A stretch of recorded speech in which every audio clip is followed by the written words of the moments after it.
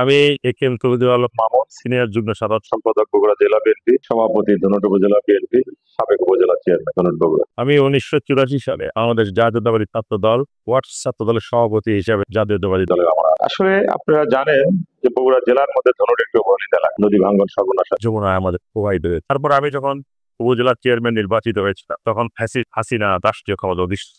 আমি বাংলাদেশে উপজেলা চেয়ারম্যান দুইজন আছে, একজন ঝিনাইদহ উপজেলা চেয়ারম্যান বিএনপির এবং পরপর 3বার সাসপেন্ড হয়েছি এবং প্রধান বিচারপতি করতে আমাদেরকে যেতে হয়েছে। সরকার আমাদেরকে উন্নয়নের হাত দিতে দেয়, তবুও যেটুকু সময় পেয়েছিলাম আমি বিভিন্ন মামলা মোকদ্দমায় বেশিরভাগ সময় আমি আলাদা ছিলাম, জেলে ছিলাম। সেই সময় আমি যে উন্নয়ন করেছি সেটি হচ্ছে গ্রাম পুলিশকে আমি সাইকেল উপহার দিয়েছিলাম, যেটি একটি দৃষ্টান্তমূলক।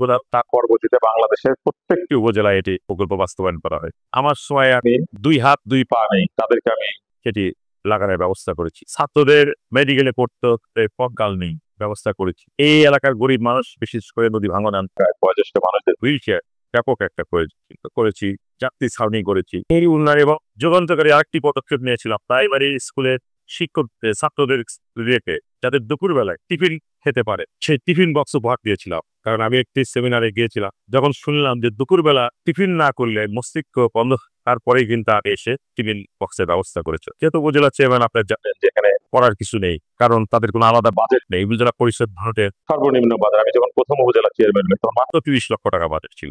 এখানে 10টি চেয়ারম্যানকে দিতে হয়েছে, এমপি কে দিতে হচ্ছে। তারপর আমি আগে পেয়েছিলাম 7 লক্ষ, এই 7 লক্ষ টাকার সাইকেল কিনেছিলাম। আর ব্যক্তিগত উদ্যোগে আমি এই ধুনটে আমার দলের উদ্যোগে আমার নেত্রী গণতন্ত্রের মা বিএনপি চেয়ারপারসন বেগম খালেদা জিয়া এবং বিএনপি ভারপ্রাপ্ত চেয়ারম্যান তারেক রহমানের দেশে ধনুটের যতবার বন্যা হয়েছে সেই বন্যায় মানুষের পাশে দাঁড়িয়েছি, চিকিৎসা সেবা নিয়ে সে দাঁড়িয়েছি, টর্নেডো হয়েছে তাদের পাশে দাঁড়িয়েছি। আমরা এই সামাজিক কাজগুলো করোনার মধ্যে আমরা কাজ করেছি, এগুলো আমরা ব্যক্তিগত উদ্যোগে আমরা দলের উদ্যোগে। আমি ফ্যাসিস্ট হাসিনা সরকারের আমলে যে 58টি মামলা হয়েছে ধনুটের নেতাকর্মীর বিরুদ্ধে, এবং আপনারা জানেন যে আমরা ভৌগোলিক দিক দিয়ে গাজীপুর সংলগ্ন, এবং এই ফ্যাসিস্ট হাসিনা বিনা ভোটে 3বার এমপি হয়েছে, তাদের বাড়িও ছিল এই কোনো। যার কারণ পুরা জেলা উপজেলার ধনুট উপজেলায় সবচেয়ে নেতা কর্মী নির্যাতন সংখ্যা কিন্তু এখানে বেশি ছিল, এবং মামলাও কিন্তু আমাদের এখানে বেশি আমরা পেয়েছি উপহার হিসেবে। সে সময় নেতা কর্মীর যত মামলা জামিন করা, জেলে রাখা, তাদের পরিবারের খোঁজ খবর নেওয়া, ঢাকায় গ্রেপ্তার হওয়া, রাজশাহীতে যেটা গ্রেপ্তার হওয়া, কিছু আমরা কিন্তু চ্যালেঞ্জ করি। এবং আমাদের সবচেয়ে যে জিনিসটি হয়েছে যে আমাদের এমন কিছু ছেলে মেয়েরা যারা লেখাপড়া করে তারা কিন্তু এই ধরনের লেখাপড়া করতে পারে। এই ধনুট বাজারে যারা পেট সমর্থক তাদের দোকান পাট বন্ধ করে দেওয়া ছিল, এমনকি সাধারণ যারা কর্মচারী ছিল পিএসপি তাদেরকেও কিন্তু এই বাজার থেকে বের করে দেওয়া হয়েছিল। এই চ্যালেঞ্জের সম্মুখীনের মধ্য দিয়ে আমি দল পরিচালনা করি। আমরা এই পরিমাণ নির্যাতন এখানে সহ্য করতে হয়েছে।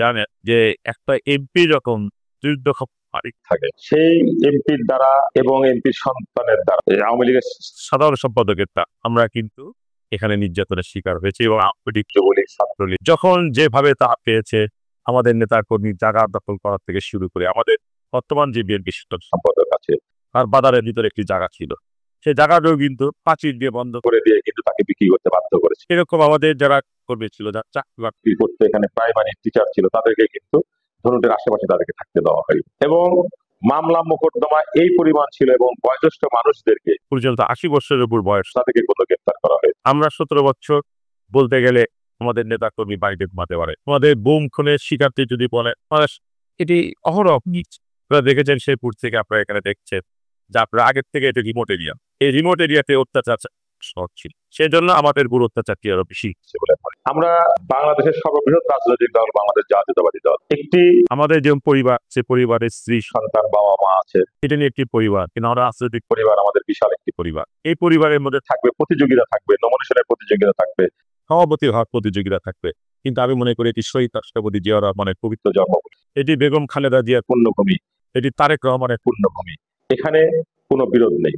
আমাদের মনোনয়নের জন্য আমাদের হয়তো দ্বন্দ্ব থাকতে পারে, প্রতিযোগিতা থাকতে পারে, পদের জন্য একটি পদের সভাপতি সাধারণ সম্পাদক পোস্টের জন্য প্রতিযোগিতা থাকতে পারে, কিন্তু দৃশ্যমান ওইভাবে গ্রুপিং আমাকে বিশ্বাস করি না।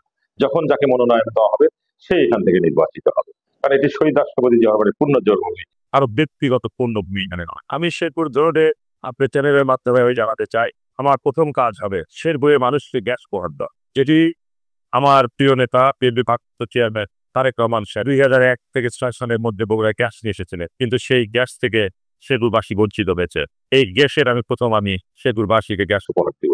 আর আমার ধনুটের সর্বনাশার যমুনা পাশের মানুষগুলো যারা বাড়ি ঘর ভেঙে যাচ্ছে, বাপ দাদার কবর ভেঙে গেছে, মায়ের কবর ভেঙে গেছে, আর কোনো পার্টি যাতে নদী গর্ভে বিলীন না হয়ে যায়, সে যাদের সাহিত্যের জন্য আমি সর্বোচ্চ চেষ্টা করবো। আমার প্রিয় নেতা তারেক রহমানের হাত দিয়ে এই কাজটা আমরা করবো এবং এই অবহেলিত ধনুটের নাম আয়ত্তে দিতে চাই। এখানে শিল্পায়ন, শিক্ষায়ন, কারণ ধনুটের মানুষ সবচেয়ে বেশি শিক্ষিত, কারণ ধনুটের সবচেয়ে বেশি চাকরিজীবী, তারা সবচেয়ে লেখাপড়ায় অগ্রতা। এই এলাকায় কোনোদিন অবহেলিত থাকতে পারে না। এই এলাকায় উন্নয়নের জোয়ার বহাবো এবং মডেল একটি উপজেলা উপহার দেব। এবং শেরপুর যেহেতু হাইওয়ে আছি, শেরপুরে মানুষের জবার ব্রিজ যেটি আপনার কল্যাণে থাকা উচিত ছিল, এটি মনে করি এটি রাজনৈতিক ব্যর্থতার জন্য হয়নি।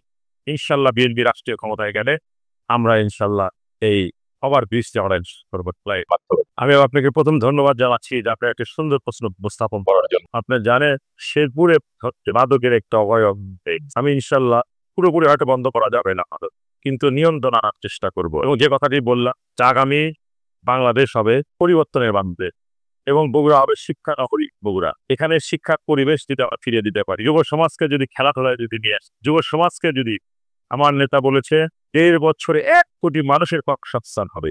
মানুষ হতাশা থেকে নেশাগ্রস্ত হয়, মানুষ এই হতাশা আমরা দূর করতে পারি, মানুষের যদি কর্মসংস্থানের ব্যবস্থা করতে পারি, তাহলে মানুষের নেশা থেকে তারা দূরে সরে আসবে। এবং আমাদের বগুড়ায় যে শহীদ চাঁদ স্টেডিয়াম ছিল, ক্রিকেট স্টেডিয়াম ছিল, আমাদের আয়ত নেতা আরাফাত রহমান ফখর সাহেবের উদ্যোগে যেটি হয়েছিল, সেটি ইনশাল্লাহ আন্তর্জাতিক মানে ক্রিকেট স্টেডিয়াম চালু হবে, ফুটবল স্টেডিয়াম চালু হবে। শিক্ষার নগরী শুধু নয়, খেলার নগরীতে তখন আমরা পরিণত করব। এবং আমাদের প্রিয় নেতা তারেক রহমান সাহেব বলেছে যে 1.5 বছরে আমরা 1 কোটি মানুষকে আমরা চাকরিতে নিয়োগ করব। ইনশাল্লাহ আমার মনে হয় এতে আমাদের অনেকখানি কয়। আমার যেটি কথা হচ্ছে যে গত পরশুদিন আমি নওগাঁ সম্মেলনে ছিলাম, সেখানে আমাদের প্রিয় নেতা কিন্তু বক্তব্য দিয়েছেন, আপনারা সবাই শুনেছেন যে চতুর্দিক থেকে ঘুঘুটা, আমরা কোনো ঘুঘুকে যেন বসছে না। আমাদের যদি কথা থাকে 5 তারিখের পরে আমরা যারা আন্দোলন করছি, 17 বছর জেল জুলুম নির্যাতন সহ্য করেছি, তাদের কাছে আওয়ামী লীগের কোনো ঠাঁই, আওয়ামী লীগের দোষর হাসিনার কোনো দোষরদের কোনো ছাই হবে না। কিন্তু কিছু কিছু নেতা কর্মী আছে, আপনি যে কথাটাই বললে, কেউ কেউ দল ভারী করার জন্য তাদেরকে টানার চেষ্টা করছে, কিন্তু আমার প্রিয় নেতা তারেক রহমানের এটি আমি মনে করি জেলা বিএনপির সুযোগ্য সভাপতি রেজাউল করিম নেতৃত্বে ইনশাল্লাহ সেটি বন্ধ আছে। আমি যেটি মনে করি, আমরা যদি শহীদ রাষ্ট্রপতি জিয়া রহমান দফাকে যদি ধারণ করে যদি রাজনীতি করি, সবাইকে তাহলে এক প্ল্যাটফর্মে থাকতে হবে, নেতার নির্দেশ মেনে চলতে।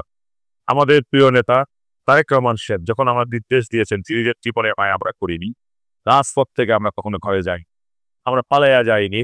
এই ধনুটের মাটিতে আমরা বলছি 111-এ যখন বেগম খালেদা জিয়া গৃহবন্দী ছিলেন, তখন ধনুটে বন্যা হয়েছিল আন্ডারবাড়িতে।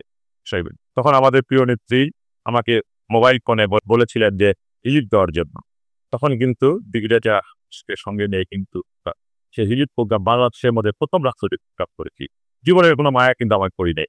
যারা 17 বছর আমার সাথে রাজনীতি করেছে, তাদের জীবনের কোনো মায়া করেনি। আমি মনে করি আমাদের ত্যাগের উপর দিয়ে এবং আমাদের আন্দোলনের মধ্য দিয়ে 36শে জুলাই অভ্যুত্থানের মধ্য দিয়ে, ছাত্র জনতা বিপ্লবের মধ্য দিয়ে পরিবর্তন এসেছে। সেই পরিবর্তনের ত্যাগ আমরাই একমাত্র করতে জানি। আমাদের নেতা তারেক রহমান সাহেব, বিএনপি ভারপ্রাপ্ত চেয়ারম্যান সাহেব, যাকে মনোনয়ন দিবেন, আমরা ধানের শীষ যাকে দিবেন, তার সঙ্গে নিয়ে আমরা আগামী পথ চলব। এবং আমিও বলতে চাই, যেই ধানের শীষ পায় তার সঙ্গে আমরা থাকবো। কিন্তু আমার একটি দাবি হচ্ছে, বিএনপি দীর্ঘদিন শুধু নয়, এই ধনুটের ভোটে সবাই নির্বাচিত হয়, কিন্তু ধনুটের দীর্ঘদিন বিএনপির কোনো এমপি নাই। অতএব অন্যান্য স্বার্থে, জনগণের এই জোয়ার হয়ে রাখার স্বার্থে আমি মনে করি আগামী নির্বাচনে দেশ নেত্রী বেগম খালেদা জিয়া চেয়ারম্যান তারেক রহমান সাহেব ধনুট থেকে এমপি মনোনয়ন দেবে এবং তাকে আমার বিজয়ী করে বেগম খালেদা জিয়া ও তারেক রহমান